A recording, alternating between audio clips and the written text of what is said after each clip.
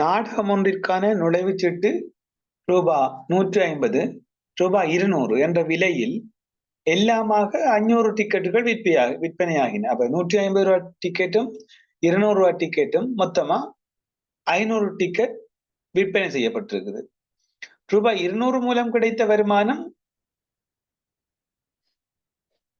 ரூபாய் 150 மூலம் டிக்கெட் மூலம் கிடைத்த வருமானத்திலும் ரூபாய் 10,250 குறைவாகும். 200 ரூபாய் மூலம் கிடைத்த வருமானமும் 150 ரூபாய் மூலம் கிடைத்த வருமானத்தை விட குறை என்று சொல்லப்படுது. இவ்வளவுதான் இதுக்குரிய தரவு. ரூபாய் 150, ரூபாய் 200 டிக்கெட்டுகளின் எண்ணிக்கை முறையே எக்ஸ்கமாவை என கொண்டு எக்ஸ்கமாவை சார்பிலான இரு சமன்பாடுகளை உருவாக்கட்டான். அப்ப இதுல பாத்தீங்கன்னு சொன்னால் உங்களுக்கு டிக்கெட்டுகளின் மொத்த எண்ணிக்கை தொடர்பாக ஒரு சமன்பாடு எடுக்கலாம். டிக்கெட் பெறுமதி தொடர்பாகவும் ஒரு சமன்பாடு எடுக்கலாம். முதலாவது டிக்கெட்டுகளின் எண்ணிக்கை தொடர்பாக ஒரு சமன்பாடை நாங்கள் எடுத்துக்கொள்வோம். இப்ப இதுல சொல்லப்படுற விடயத்துல பாருங்க, உங்களுக்கு எக்ஸ் 150 ரூபாய் டிக்கெட்ன்றது எக்ஸ் என்றும் 200 ரூபாய் டிக்கெட் y சொல்லி தந்திருக்கிறாங்க. அப்ப இங்க எக்ஸ் எண்ணிக்கையும் வைர எண்ணிக்கையும் கூட்டினா எக்ஸ் பிளஸ் ஒய் சமன் 500 சொல்லி ஒரு சமன்பாடு வரப்போகுது. இது முதலாம் சமன்பாடு எடுத்துக்கொள்வோம். இது விளங்கிட்டா? இப்ப ஒவ்வொரு எக்ஸ்ன்றது 150 ரூபாய் டிக்கெட், 200 ரூபாய்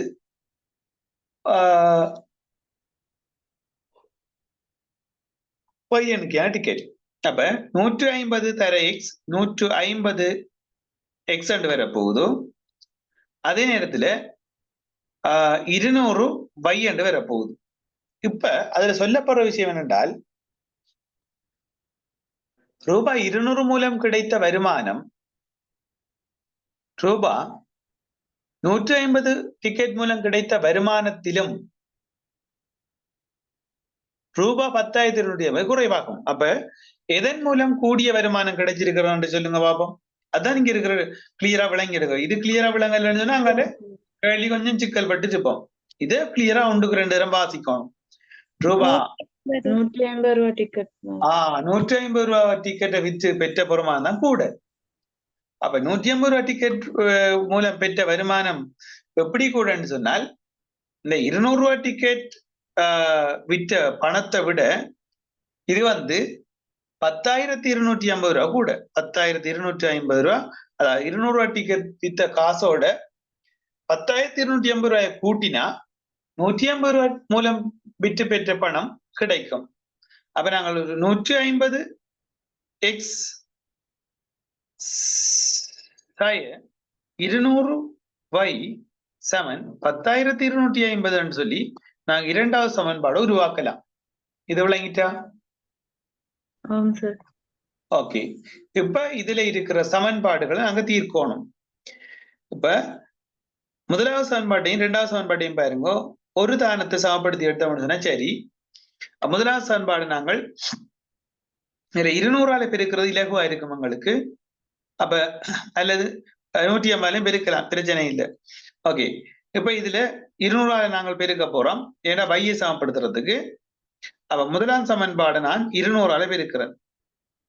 அப்ப 200 எக்ஸ் என்று வரப்போகுது சக 200 y என்று வரப்போகுது சமன் 500 200 பெருக்குள்ள 2 10. அப்ப எவ்வளவு வரும்? 100,000, 1,00,000 ரூபாய் வரும். இது கிளியரா பாருங்க, பெருக்கல பாருங்க.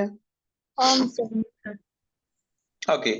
இப்ப எங்களுக்கு தேவையான சமன்பாடுகள் இரண்டாவது சமன்பாடும் மூன்றாவது சமன்பாடும். இதுதான் அந்த மூன்றாவது சமன்பாடு, புதிதாக உருவாக்கப்பட்ட சமன்பாடு. இது கிளியரோ? இப்ப இந்த ரெண்டு சமன்பாடுலையும் குணகம் சமனாக இருக்குது, ஆனா குறி வேறுபட்டு இருக்குது. அப்ப நாங்கள் வேறுபட்டு இருந்தால் கூட்ட வேணும். அப்ப 150 எக்ஸையும் ரெண்டாவது சமன்பாட்டையும் மூன்றாவது சமன்பாட்டையும் கூட்ட போறோம். 150 எக்ஸும் 200 எக்ஸும் 300 எக்ஸ் சொல்லி வரப்போகுது. அதே போல 100,000த்தையும் 10,250 கூட்ட வேணும். அப்ப 200ம் 150ம் 350 எக்ஸ் சொல்லி வரப்போகுது. அப்ப 350 எக்ஸ்ன்றது வந்து எதுக்கு சமனா இருக்க போகுதோ 110,250க்கு சமனா இருக்க போகுது. இது கிளியரா எல்லாருக்கும்?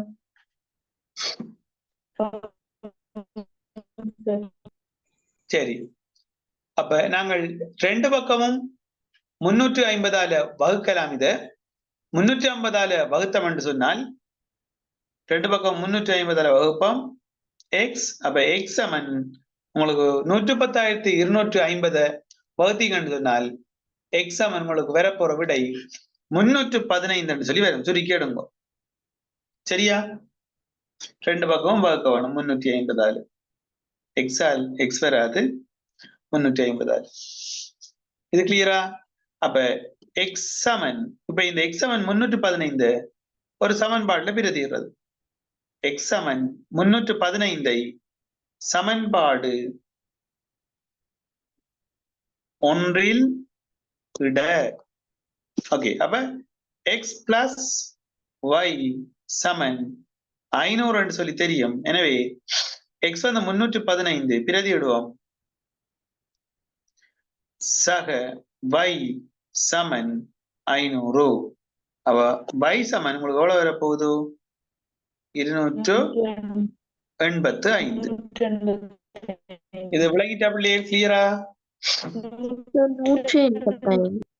சாரி, 185. கரெக்ட், 185. சரி, தேங்க்யூ. 185 வரும். அப்ப கீழுக்கு இதோட விடக்கூடாது. அப்ப எக்ஸ்ன்றது என்னன்னு சொன்னவங்க 150 ரூபாய் டிக்கெட்டுகள். y என்றது 200 ரூபாய் டிக்கெட்டுகள். அப்ப கொடுக்கணும் 150 ரூபாய் டிக்கெட்டுகளின் எண்ணிக்கை சமன் 315. 185 ரூபாய் டிக்கெட்டுகள் சாரி 200 ரூபாய் டிக்கெட்டுகள் எண்ணிக்கை சமன் 185 சொல்லி நீங்க கொடுக்கணும். இவ்வளவும் கொடுத்து விடணும். இது கிளியரா எல்லாருக்கும்? விளங்கிட்டா? ஆம் சார். Okay, good. இந்த விசிட்டிங் போடுறார்கள் கொஞ்சம் கவனமா இருக்கும் மக்கள். தொடர்ச்சியா நீங்க விசிட்டிங் போடுங்கன்னா நான் குரூப்ல இருந்து ரிமூவ் பண்ணி விட்டுறேன். வந்த தொடர்ச்சியா வாங்க, அப்ப அவங்களுக்கு கிளியரா விளங்கும். தெரியும்? உரியாக்கள் தொப்பிய போட்டுக்கொள்ளணும். சரி, யாருன்னு சொல்லல. சரி, கவனிங்க. இப்ப அடுத்த விஷயத்த பாருங்க.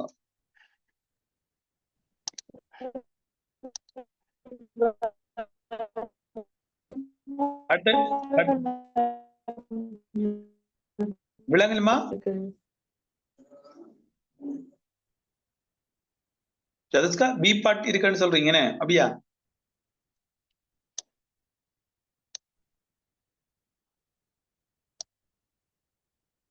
ஓகே. இப்ப இரண்டாவது பகுதியை அதுல இருக்கிற பி பார்ட்ட பாருங்க. டவுட் இருந்தா கேட்டுக்கொள்ளணும். சரி, கேள்வி விளங்குதா எல்லாருக்கும்?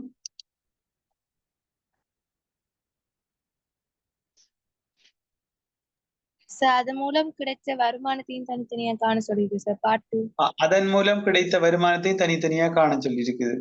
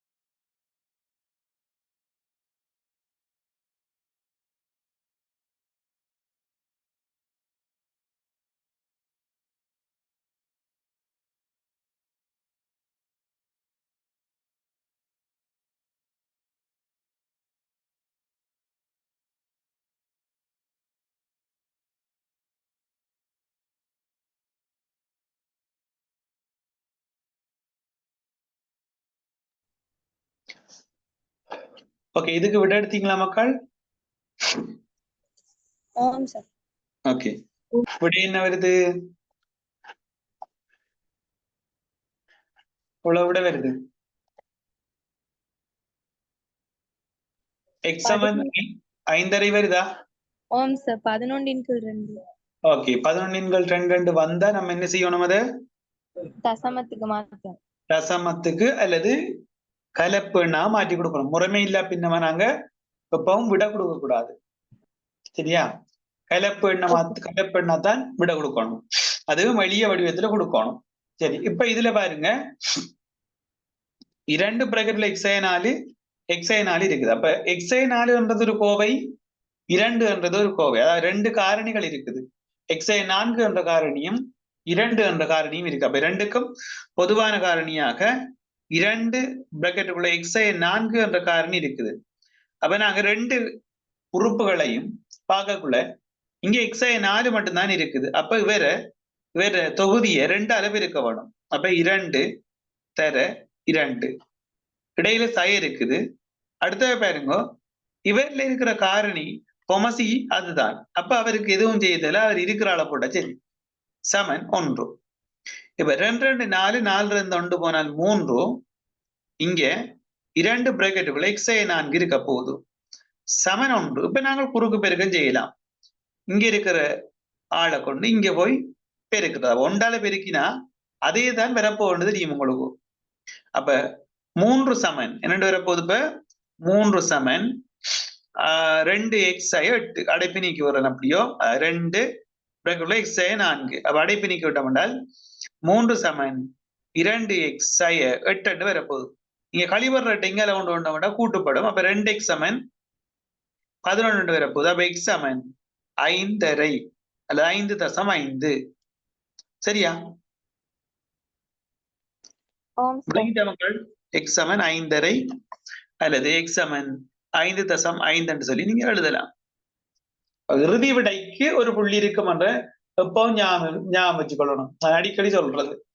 இப்ப எக்ஸாம் பேப்பர்ல இறுதி விடைக்கு ஒரு புள்ளி கொடுக்காங்க, 2 இறுதி விடை எழுதினா 2 புள்ளி கொடுக்காங்க. ஆனா எப்பவும் நாங்க செய்முறையோட தான் விட எழுதணும் என்று சொல்லி சொல்லி சொல்லி வந்த இந்த முறை நடந்தது அதுதான். நிறைய பிள்ளைகள் விட மட்டும் எழுதி விட்டாங்க. அங்க ஒரு புள்ளி தான் கிடைச்சது. அப்ப சில கேள்விகள் சில எப்பவும் என்னால் முதல் பேப்பர் எடுத்தாக்கள் வேற, இப்ப ஒரு ப்ரொஃபசர் தான் இந்த முறை பேப்பர் எடுத்துதான். அப்ப அந்த எஃபெக்ட்ஸ் என்ற அமைப்பை போட அந்த வரைவின் ஃபார்மட் அது. அப்ப அதை போட நிறைய பிள்ளைகள் வரைவு கேள்வி தொடரல. அப்ப சின்ன சின்ன மாற்றங்கள் தான் எக்ஸாம் பேப்பர்ல வரும். அதை கண்டு நம்ம இது செய்யக்கூடாது. அடுத்த விஷயம், எப்பவும் நம்ம விட எழுதக்குள்ள எங்களுக்கு தெரியும், மேத்ஸ் பேப்பர்ல விட எழுதக்குள்ள ஒரு காலமும் கேட்கக்கூடாது செய்முறையோட எழுதணும். செய்முறை இல்லாம விட வராது. மனதால செய்தாலும் அதுக்கு ஒரு செய்முறை இருக்கும். ஒரு சில வினாக்களுக்கு நேரடி விட 4 7 3 7 எவ்வளவு கேட்டால் 7 தான். அதுக்கு செய்முறை இல்லை. படிமுறைகளின் ஊடாக நீங்க விட எடுக்கக்குள்ள அதுக்குரிய படிமுறையை காட்டித்தான் விட எடுக்க பழகும். தெரியும்? படிமுறையை கொண்டு பக்கத்துல இருக்கிற பேப்பர்ல எழுதுற பழக்கங்கள் இருந்தா விட்டுறணும். உங்களுக்கு தந்திருக்கிற இடைவெளிக்குள்ள இப்ப எல்லாருக்கும் பொதுவான ஒரு இடைவெளி தான் தரப்போறாங்க. இப்ப நம்மட எழுத்து பெருசுன்றதுக்காக உங்களுக்கு பெரிய இடைவெளி தர மாட்டாங்க. எழுத்து சின்னவன்றதுக்காக சின்ன இடைவெளி தர மாட்டாங்க. எல்லாருக்கும் காமனா எவரேஜா ஒரு பிள்ளைகள் எழுத்து எவ்வளவு சைஸ் இருக்கும், அந்த எழுத்தை பயன்படுத்தி அந்த படிமுறைகளை இந்த இடைவெளிக்குள்ள எழுதலாமா அப்படி செக் பண்ணி போட்டுதான் அந்த வினாத்தாள் தயாரிக்கப்படும். அப்ப அந்த இடைவெளிக்குள்ள நம்மட எழுத்து பெருசா இருந்தா சின்ன நாக்கி எழுத வேணும். எழுதி அதுக்குரிய சரியான முறையில விடையை கொடுக்க வேணும். தெளிவான இடத்துல விடை கொடுக்கணும். அலகுடனான விடை இருக்கு. விடை இருந்தா அதுக்கு புள்ளி இல்லை. சரியான அளவோட விடை இருந்தா தான் அதுக்கு இறுதி புள்ளி வழங்கப்பட்டது. தெரியும்? அப்ப கேள்விகள் செய்யக்குள்ள எப்பவும் நம்ம வளமையா சின்னல இருந்தே பழகி வர அதே பழக்கம், அதுல மாற்றம் இருக்கக்கூடாது. இப்ப எந்த ஸ்கீம் வந்தாலும் நாங்கள் சிம்பிளா இந்த கேள்விகளுக்குரிய விடைகளை செய்து கொள்ளலாம். சரியா மக்கள்? ஓகே, இப்ப இந்த கேள்வி சரி. இப்ப 3வது கேள்வி எடுக்கும். கிராஃப் கேள்வி. இந்த டைப் கிராஃப் வந்து நீங்க தரம் 11ல செகண்ட் டேர்மில தான் படிப்பீர்கள். பெரியா வரைப்பு. அப்ப நாங்கள் அதை வரைப்பை விட்டுட்டு தான் இப்ப சமன்பாடுகளுக்கு வந்த நாங்கள். அப்ப இந்த டைப் வரைப்பு வந்து நீங்கள் இந்த டேர்ம் தான் படிக்க இருக்கீர்கள். விளங்கிட்டோம். அப்ப இதுல கேட்கப்படுற வினாக்கள் ஒரு சில சின்ன வித்தியாசங்களோட இருக்கும், மற்றபடி வேற ஒன்றும் இல்லை. இந்த கிராஃப் எல்லாரும் கேர்னீங்களா? முதலாவது படிப்பிக்கலே இல்லை, உங்களுக்கும் இந்த இருக்கிற கிராஃப் கீரையிலுமா கீரையிலாதா? இந்த இருக்கிற அட்டவணையை வச்சுக்கொண்டு கிராஃப் கீரையிலுமா கீரையிலாதா? தெரியலாம். X7 10 வச்சுக்கொண்டு அந்த அட்டவணை நிரப்ப தெரியுமா இல்லையா? தெரியும். தெரியும் தானே. பொருத்தமா அளவுடைய கொண்டு வரையணும். வரைவின் இழிவு புள்ளியை கண்டுபிடிக்க தெரியாதா? தெரியும். இழிவு புள்ளி என்றா அப்ப சார்பு இழிவு புள்ளியை கொண்ட வரைவாத்தான் சார்பாத்தான் வரப்போகுது. கீழுக்கு இருக்கிற புள்ளியில எக்ஸ்ர பெருமானம் வைர பெருமானம் தானே இழிவு புள்ளியின் ஆள்கூரண்டு கேட்டால் இழிவு புள்ளி என்ன வைர பெருமானத்தை கொடுப்பீர்கள். ஆள்கூரண்டு கேட்டால் பிராக்கெட்டுக்குள்ள எக்ஸ்ட்ரா பெருமானங்கமா வைர பெருமானம் கொடுப்பீர்கள். அடுத்தது எக்ஸின் பெருமான வீச்சு. இதெல்லாம் பழசு. இதுல இந்த தேர்ட் பார்ட் கேள்வி மட்டும்தான் நீங்க பழக வேண்டியது. தேர்ட் பார்ட்டும் ஃபோர்த் பார்ட்டும் மற்றதெல்லாம் நீங்க அவ்வளவு செய்யலாம். சரியா? கிராஃப் கேர்னீங்களா? யாராவது கிராஃப் கேர்னீங்களா?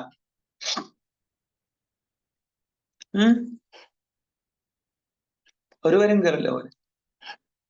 எல்லாரும் இந்த கேள்விக்குரிய கிராஃபையும் இந்த கிராஃப்ல இந்த கேள்வியில செய்யக்கூடிய எல்லா கேள்வியும் செய்து அனுப்புங்க. குரூப்ல போடுங்க. அதுக்கப்புறம் இந்த கேள்வி விளம்பரப்படுத்துவது இல்லைன்னா இல்லை. இந்த 4வது வினா இதுல உங்களுக்கு சைன் காஸ் டான் இந்த திரிகோண கணித விகிதங்கள் இதுக்குள்ள வரும். இது உங்களுக்கு இன்னும் நீங்கள் படிக்கல, அது தேர்ட் டேர்ம் தான் வரும். ஆனாலும் இந்த வினாவை நாங்கள் செய்து பார்ப்போம். சரியோ? கிராஃப் நீங்க கீறிய கிராஃப் பேப்பர்ல கிராஃப் கீறி அனுப்பினா தான் உங்களுக்கு அடுத்த இந்த கேள்வியை விளங்கப்படுத்துறது. நான் உங்களுக்கு கிராஃபை காட்டுறேன் எப்படி கிராஃப் வரும். இப்ப நீங்க வளமையா கீற கிராஃப் மாதிரி வராது. தரம் 10ல படிச்ச கிராஃப் மாதிரி வராது. இது வந்து சற்று வையச்சில இருந்து விலகல் அடைஞ்சி இது அது அடுத்த இன்னொரு விஷயம்.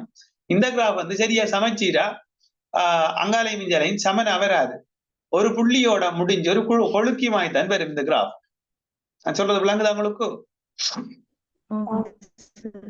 கிராஃபை காட்ட நீங்க கீறக்குள்ள உங்களுக்கு சந்தேகம் வந்தா இதை பார்த்து கொள்ளலாம். சரியா? இப்படித்தான் அந்த கிராஃப் வந்து வரும். கீறி எடுத்தீங்கன்னு சொன்னா இந்த மாதிரி தான் வரும். விளங்குதோ?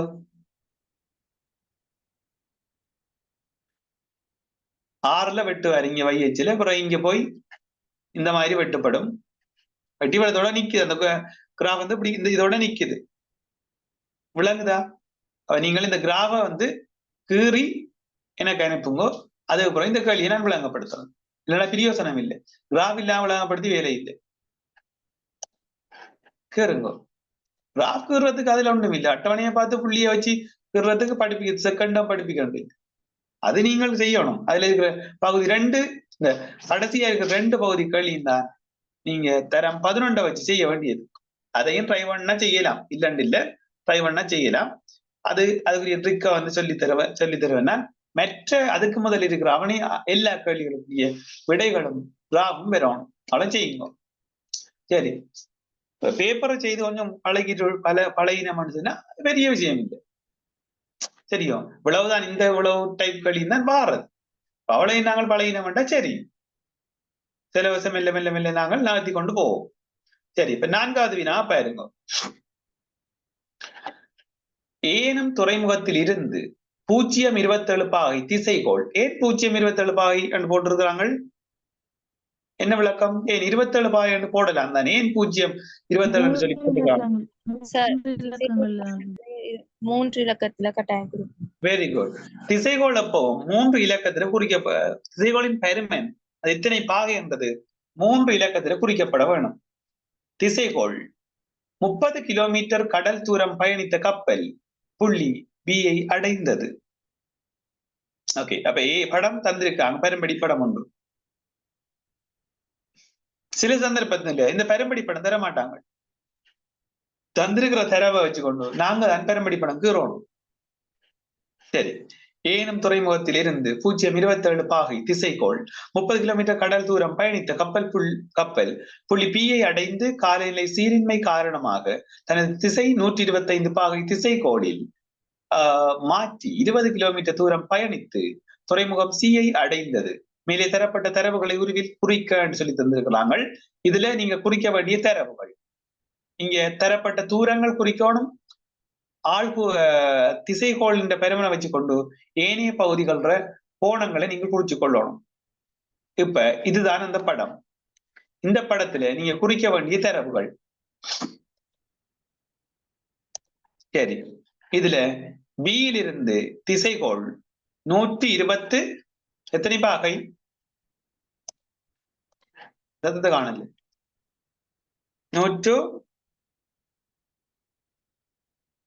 125 பாகை. ஓகே, 125 பாகை. அடுத்தது இந்த இருக்கிற தூரம் A-ல இருந்து B-க்கான தூரம் 30 கிலோமீட்டர். சரியா? அதே போல இங்க 20 கிலோமீட்டர். சரியா மக்கள், இது கிளியரா எல்லாருக்கும்? ஓகே, இத குறிச்சிட்டோம். இவ்வளவு குறிச்சிட்டோம். ஓகே, சரி, அப்ப இவ்வளவுதான் அதுல இருக்கிற தரவு. இப்ப வடக்கு இது கிடைக்கோடு என்றால செங்கோணம் பெறப்போகுது. விளங்கலுமா?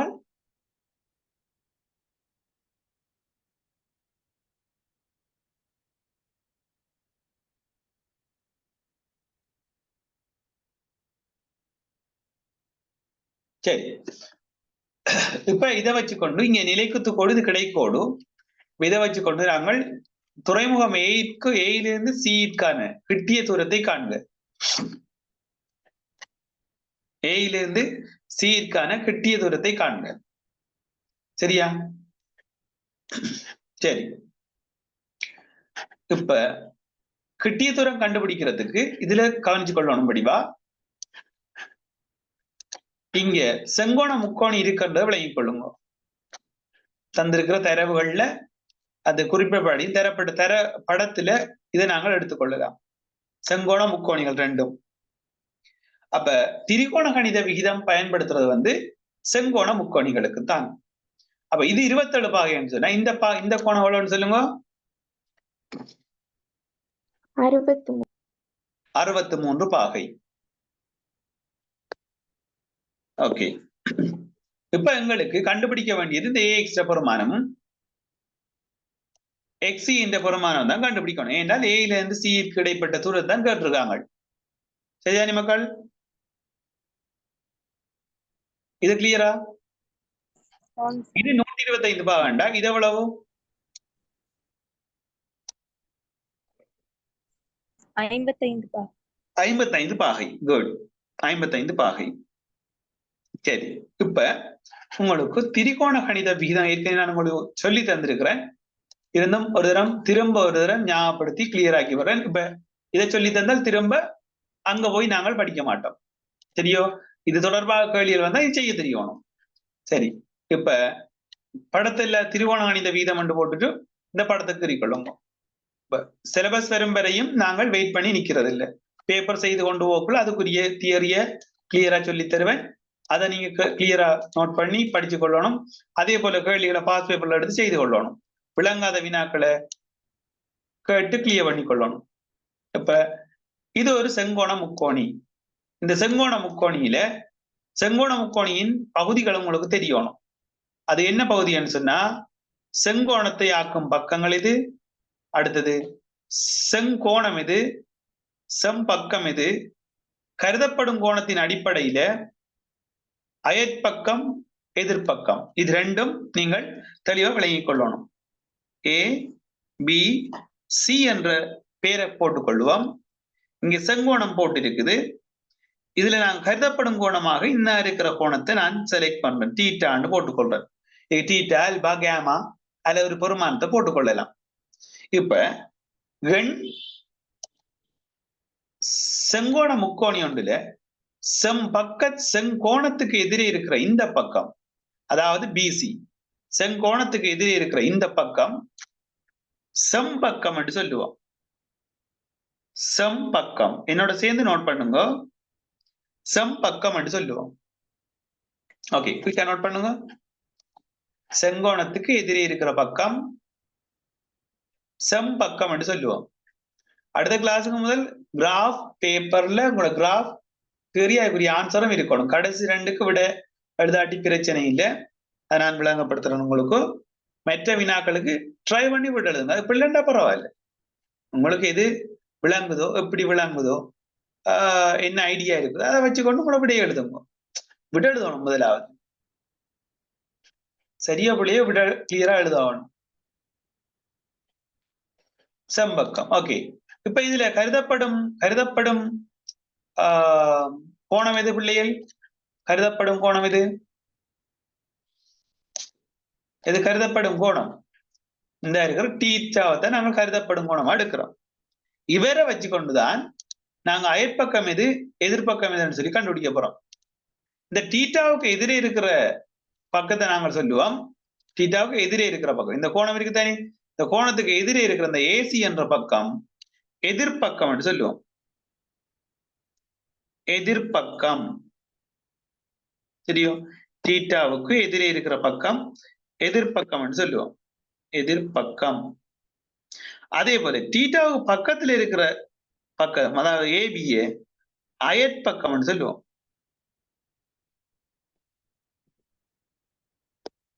இது கிளியரா எல்லாருக்கும்?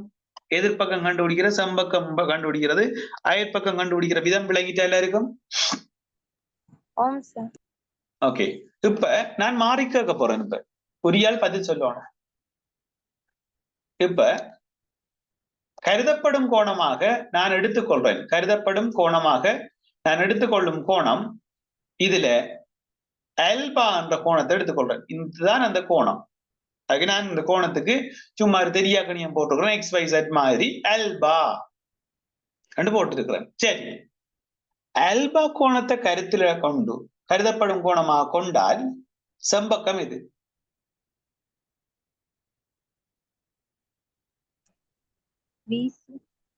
பிசி. செங்கோண முக்கோணியில எந்த கோணத்தை கருதப்படும் கோணமாக கொண்டாலும் செங்கோணத்துக்கு எதிரே இருக்கிற பக்கம் தான் எப்பவும் செம்பக்கம். இது கிளியரா இல்ல இருக்கும்? இதுல யாருக்கும் டவுட் இருந்தா சொல்லுங்க. செம்பக்கத்தை கண்டுபிடிக்கிறதுல யாருக்கும் டவுட் இருந்தா சொல்லுங்க. சரியா? இது கிளியரா இல்ல இருக்கும்? ஓகே, இப்ப கருதப்படும் கோணத்துக்கு எதிரே இருக்கிற பக்கம் எதுவோ அதுதான் எதிர்பக்கமா இருக்கும். அப்ப இதுல எதிர்பக்கம் எதுன்னு சொல்லுங்க. ஏபி. கருதப்படும் கோணம் அல்பா வச்சு கொண்டு சொல்றோம், தீட்டாவில் அல்பா வச்சு கொண்டு பார்த்தா அந்த அல்பா கோணத்துக்கு எதிரே இருக்கிறது ஏபி என்ற பக்கம். அப்ப ஏபி வந்து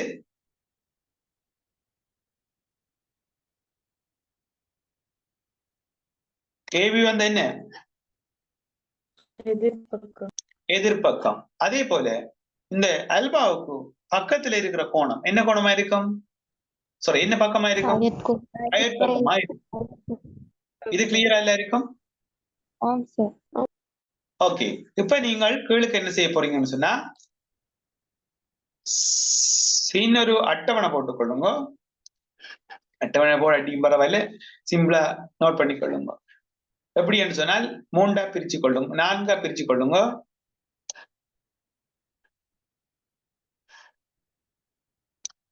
முதலாவது கருதப்படும் கோணம். கருதப்படும் கோணத்தை வச்சுக்கொண்டு செம்பக்கம், கருதப்படும் கோணத்தை வச்சுக்கொண்டு எதிர்பக்கம், அடுத்தது அயற்பக்கம். இப்ப இதுல கருதப்படும் கோணம் ஃபர்ஸ்டா டீட்டா, அடுத்த ஆல்பா.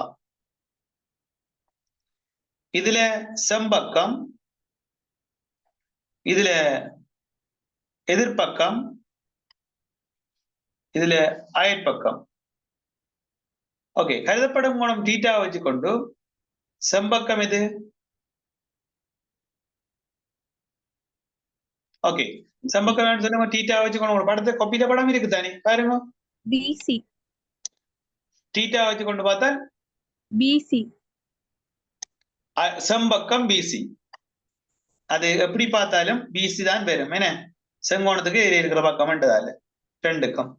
தீட்டாவுக்கு எதிர்பக்கம், தீட்டாவுக்கு எதிர்பக்கம் ஏசி ஏசி. குட். தீட்டாவுக்கு அயற்பக்கம் ஏபி ஏபி. சரி, இப்ப அல்பா அல்பா என்ற கோணத்தை கருதப்படும் கோணமாக எடுத்தால் அந்நேரம் எதிர்பக்கம் இது விளங்க இல்ல. A B sir AB. ஏபி அயற்பக்கம் இது ஏசி ஏசி. இது கிளியரா எல்லாருக்கும்? எதிர்பக்கம் அயற்பக்கம் கண்டுபிடிக்கிற விதம் விளங்கிட்டு எல்லாருக்கும்? ஒரு முக்கோணியில், ஒரு செங்கோண முக்கோணியில் திரிகோண கணிதம் தொடர்பாக நாங்கள் தரவுகள் எடுக்கக்குள்ள எதிர்பக்கத்தையும் அயற்பக்கத்தையும் தீர்மானிக்கிறது என்னது? எது தீர்மானிக்கும்? எதிர்பக்கம் இது, அயற்பக்கம் இதுன்னு சொல்லி எது தீர்மானிக்கும்? கருதப்படும் கோணம் தான். கோணம் கருதப்படும் கோணத்துக்கு எதிரே இருக்கிற கோணம் என்ன கோணம் என்று சொல்லுவோம்? இது என்ன பக்கம் என்று சொல்லுவோம்? எதிர்பக்கம். அருகில் இருக்கிற பக்கம் அயற்பக்கம் சொல்லுவோம். இது கிளியரா? அடுத்த நான் சொல்ல போற விஷயம் ஆல்ரெடி நாங்கள் இந்த ஓயல் எழுதினாக்களோட உங்களை பேப்பர் கிளாஸ்ல சேர்த்து செய்த நான். அப்ப அந்நேரம் உங்களுக்கு சொல்லி தந்திருக்குது சைன் காஸ் tan. ஞாபகம் இருக்கா? இருக்கா? sin theta, cos theta, tan theta. சத்தம் இல்ல. sin theta இது கேள்விப்படலையா? cos theta அது tan theta. சரி, sin விகிதம்ன்றது எதிர்பக்கத்தின் கீழ் செம் பக்கமாக இருக்கும். அதே போல cos thetaன்றது அயற்பக்கத்தின் கீழ் செம் பக்கமாக இருக்கும். tan thetaன்றது எதிர்பக்கத்தின் கீழ், அதாவது இது எப்படி வரப்போகுதுன்னு சொன்னா tan thetaன்றது sin தீட்டாவின் கீழ் cos theta சொல்லி வரும். இங்க sin thetaன்றது என்ன? எதிர்பக்கத்தின் கீழ் செம்பக்கம். விளங்குதோ? எதிர்பக்கத்தின் கீழ் செம்பக்கம். அதே போல cos thetaன்றது என்ன? அயற்பக்கத்தின் கீழ் செம்பக்கம். அப்ப இந்த செம்பக்கம் ரெண்டு வெட்டப்பட உங்களுக்கு tan thetaன்றது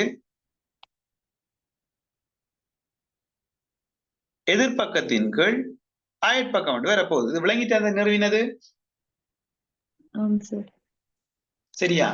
tan thetaன்றது விளங்க இல்ல. இன்னொரு முறை கொஞ்சம் திருப்பி சொல்லுங்க. ஓகே, இங்க பாருங்கம்மா, sin thetaன்றது எதிர்பக்கத்தின் கீழ் அயற்பக்கம். இது கிளியரா? cos thetaன்ற விகிதம் அயற்பக்கத்தின் கீழ் செம்பக்கம். முதலாவதுக்கு sin thetaன்றது எதிர்பக்கத்தின் கீழ் செம்பக்கம், cos thetaன்றது அயற்பக்கத்தின் கீழ் செம்பக்கம். சரியா? அடுத்தது tan thetaன்றது sin thetaவின் கீழ் cos theta. விளங்கினதா?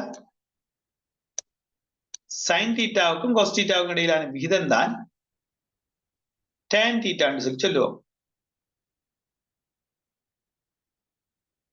சரியா? இப்ப நீங்கள் பக்கங்கள் சார்பாக நீ போட்டு பார்க்கலாம். இப்ப நாங்கள் என்ன செய்ய போறோம்னு சொன்னால் அதுக்கு கீழே அட்டவணையை விரிவுபடுத்துங்க. இதுல நீங்கள் என்ன செய்ய போறீங்கன்னு சொன்னால் கீழுக்கு அந்த கருதப்படும் கோணத்தை வச்சுக்கொண்டு sin theta, cos theta, tan theta. சரியா? இப்ப அல்பா கோணத்தை வச்சோம்டா இதுல sin theta போடுங்க. sin அல்பாண்டு sin அல்பாண்டு போடுவீர். cos alpha, tan alpha. அப்ப என்னென்று வரும்? sin அல்பா என்னென்று வரும் சொல்லுங்க பாப்போம். sin அல்பா எதிர்பக்கத்தின்கள் செம்பக்கம். அப்ப என்ன வரும் சம் ஏபி இன் கீழ் ஏசி. கிளியரா? BC okay sorry sir AB AB இன் கீழ் பிசி. பிசி கரெக்ட் மால். பிசி. அதே போல கொஸ் ஆல்பாவுக்கு சொல்லுங்க. கொஸ் ஆல்பா நான் சொன்னது சரியாது. AC into AB. ஆல்பாவை தான் பார்க்கணும். இப்போ தீட்டாவு போறது இல்ல. ஏசியின் அயற்பக்கம் ஏசியின்கள் பிசி. டேன் டேன் ஆல்பா ஏசியின்கள் பிசி ஏசியின்கள் பிசி எப்படி வர? டேன் ஆல்பாவுக்கு செம்பக்கமே வராதே மாள். சார் ஏசியின்கள் ஏபி ஏசியின்கள் ஏபி. இது விளங்கிட்டா உங்களுக்கு?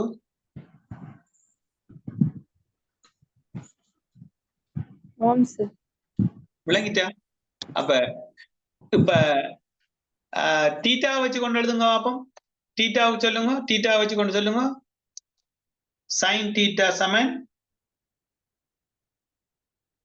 எதிர்பக்கம் ஏசியின்கள் பிசி ஏசியின்கள் பிசி. எதிர்பக்கத்தின்கள் சம்பக்கம். Sine sorry cos cos theta ஏபியின்கள் பிசி ஏபியின்கள் பிசி.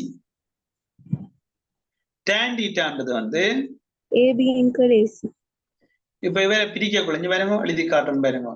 ஏசியின்கள் பிசி ஏபியின்கள் பிசி.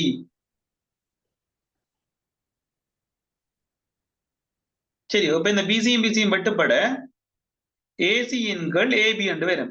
ஏசி என்றது என்னது? எதிர்பக்கம். ஓ ஏசியின்கள் பிசி என்ன சாரி ஏபி. ஏசியின்கள் ஏபி. ஏபி என்றது என்ன பக்கம்? அயற்பக்கம். இது கிளியரா எல்லாருக்கும்? ஆம் சார் ஓகே. இதை இலகுவா ஞாபகம் வச்சு கொள்றதுக்கு இது சிம்பிளா ஞாபகம் வச்சு கொள்ளுங்க. அதனால மறந்தாலும் எதிர்பக்கம்ன்றதால எதிர்பக்கம் செம்பக்கம், அயற்பக்கம் செம்பக்கம். இது எதிர்பக்கத்தின்கள் அயற்பக்கம். அப்ப நாங்கள் அன்பாவும் சொல்லலாம், என்னோட கோவத்தோடையும் சொல்லலாம். கோவத்துல சொல்ற அவ்வளவு நல்லம் இல்லைன்னு. அப்ப நாங்கள் அன்பா சொல்லுவோம். எந்தன் செல்ல அம்மு செருப்பை எடுத்து அடித்தாள். விளங்கிட்டோம்? ஓர்டர்ல வரும். Sine theta, cos theta, tan theta. இது இன்னும் டெரரா சொல்றேன்னு சொன்னால், என்னை செருப்பால் அடித்தவளை செருப்பை எடுத்து அடிப்பேன். விளங்குதோ? என்னப்பா சத்தத்தை காணல? சரியோ? ஓகே. அப்ப இதுல ஏதாவது ஒன்றை நீங்க ஞாபகம் வச்சு கொள்ளுங்க, மறக்கிறதுக்கு இல்ல ஞாபகப்படுத்தி வச்சு கொள்றதுக்கு. சரியா? சைன் என்று சொன்னால் பின்னுக்கு இருக்கிறது சைன் பண்றதை நம்ம பார்க்கலாமா? சொல்லுங்களேன். பின்னால இருக்கிற பொருட்கள் சைன் பண்ணனா நம்ம பார்க்கலாமா? இல்ல. நம்ம பார்க்கணும். சைன் பண்றத பார்க்கணும்டா அந்த பொருள் எதிர்க்கு இருக்கணும். என்ன இல்லையா? அப்ப சைன் ஷைன் அது SHIN, இது SI. சரியா? சைன் பண்றேன்னு சொன்னால் எதிர்பக்கம், எதிர்பக்கத்தின் சம்பக்கம். சைனுக்கும் கொசுக்கும் கீழுக்கு பகுதி சம்பக்கம். கொஸ் தீட்டா அயற்பக்கம். டான் தீட்டா சைன் தீட்டாவின்கள் கொஸ் தீட்டா, அதாவது எதிர்பக்கத்தின்கள் அயற்பக்கம். இது விளங்குதா எல்லாருக்கும்? ஓகே. இந்த விகிதத்தை வச்சு கொண்டுதான் நாங்கள் அடுத்தடுத்த கேள்விகளை நகர்த்தி கொண்டு போறது. ஒரு அதுல மடக்க பார்க்கிற விடயம் இருக்குது. இதுல மீதி பகுதியை நாங்கள் இப்ப இதை வச்சு கொண்டு நீங்க அந்த படத்தை கீறி சும்மா ரை ஒன்று கொடுத்து பாருங்க. பெருமானங்கள் உங்களுக்கு மடக்கை புத்தகத்திலாம் பார்க்க வேணும். அது நான் அடுத்த கிளாஸ்ல உங்களுக்கு எப்படி பெருமானம் பார்க்கறது சொல்லித்தரேன். அதுல இருக்கிற கணக்குகளையும் பாஸ்வேவ் கணக்குகளையும் இதோட நம்ம க்ளோஸ் பண்ணிடுவோம். செய்து பார்ப்போம். செய்தா அப்புறம் நம்ம பேப்பர் செய்யறதுக்கு அது இது ஒரு தடையா வராது. விளங்குதா? திரிகோணகணித வீதங்கள் கிளியரா விளங்கிட்டா எல்லாருக்கும்? ஓகே சரி. அப்ப நான் இதோட முடிச்சு கொள்றேன் மக்கள். நன்றி, வணக்கம், பாய். Good night. குட்